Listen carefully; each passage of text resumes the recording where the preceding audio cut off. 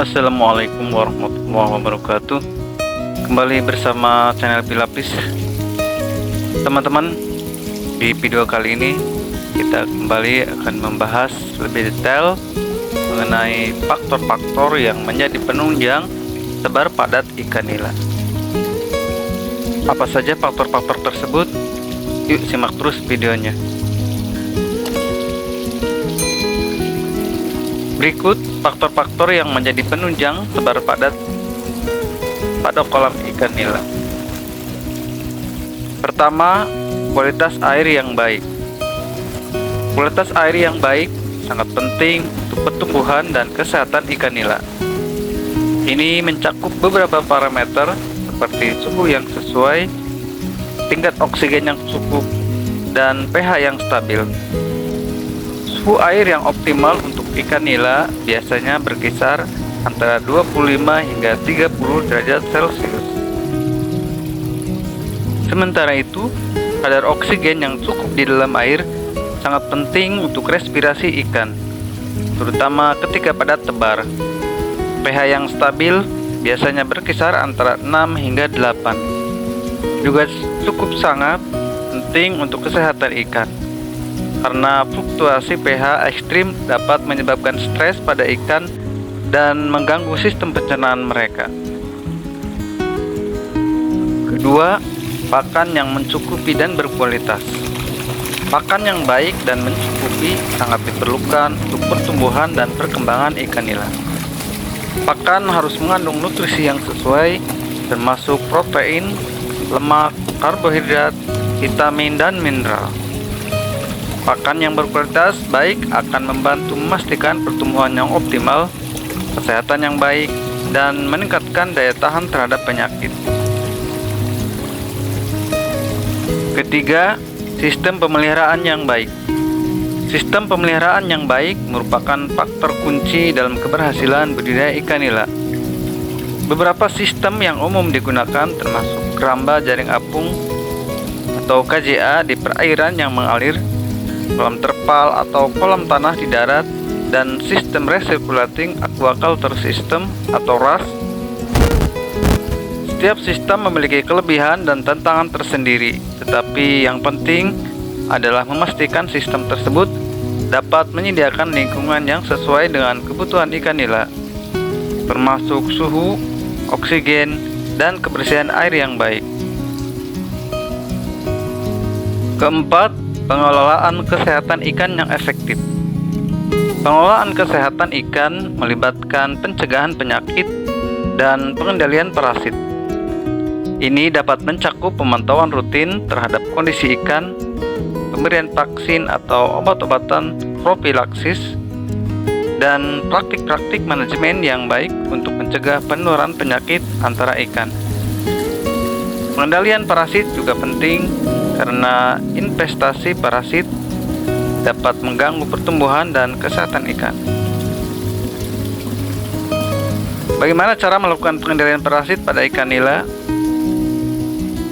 Pengendalian parasit pada ikan nila dapat dilakukan dengan berbagai cara, termasuk menjaga kebersihan air dan lingkungan pemeliharaan, termasuk membersihkan kolam secara teratur dan mengganti air secara berkala untuk mengurangi kemungkinan investasi parasit.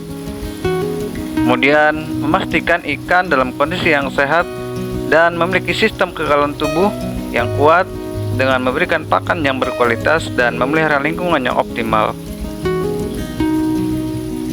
2. Penggunaan obat-obatan. Penggunaan obat-obatan anti parasit secara profilaksis atau kuratif dapat dilakukan. Obat-obatan ini dapat berupa larvasida, antihelmintik, atau antiprotozoa yang direkomendasikan oleh ahli perikanan. Dan dalam penggunaan obat-obat tersebut harus sesuai dengan dosis yang tepat dan sesuai dengan peraturan yang berlaku untuk mencegah resistensi obat dan dampak negatif lain. 3. Pengendalian biologis. Beberapa organisme pemangsa alami seperti ikan pemangsa dan mikroorganisme bersaing. dapat digunakan untuk mengendalikan populasi parasit secara alami.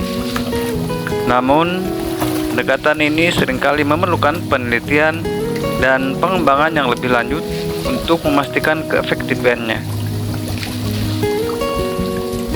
4. Penggunaan metode fisik. Metode fisik seperti penjaringan air, pemisahan ikan yang terinvestasi, atau pembersihan alat pemeliharaan juga dapat membantu mengendalikan parasit dengan mengurangi keberadaan mereka di lingkungan pemeliharaan. 5. Pemantauan rutin. Melakukan pemantauan rutin terhadap kondisi ikan, termasuk pengamatan fisik dan pemeriksaan mikroskopis, dapat membantu mendeteksi investasi parasit secara dini sehingga tindakan pengendalian dapat segera dilakukan. Pengendalian parasit pada ikan nila seringkali memerlukan pendekatan yang terpadu dengan memadukan beberapa metode di atas. Penting untuk berkonsultasi dengan ahli perikanan atau dokter hewan yang berpengalaman dalam pengendalian penyakit pada ikan untuk mendapatkan rekomendasi yang tepat sesuai dengan kondisi spesifik budidaya. Dan yang terakhir, kelima, pengelolaan kepadatan ikan yang tepat. Pengelolaan kepadatan ikan merupakan faktor kunci lainnya dalam budidaya ikan nila. Kepadatan yang terlalu tinggi dapat menyebabkan persaingan makanan yang meningkat, penumpukan limbah organik, dan meningkatkan risiko penyakit.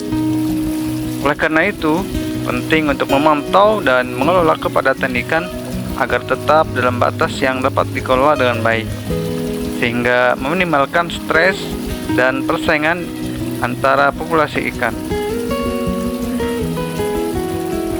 Secara keseluruhan, tebar padat ikan nila yang berhasil membutuhkan perhatian terhadap berbagai faktor, mulai dari kualitas air yang baik hingga pengolahan kesehatan ikan yang efektif.